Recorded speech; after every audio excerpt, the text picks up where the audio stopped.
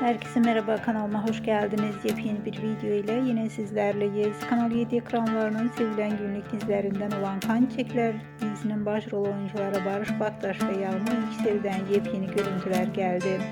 İkili birbirinden muhteşem kareleri sosyal medya hesabında paylaştı.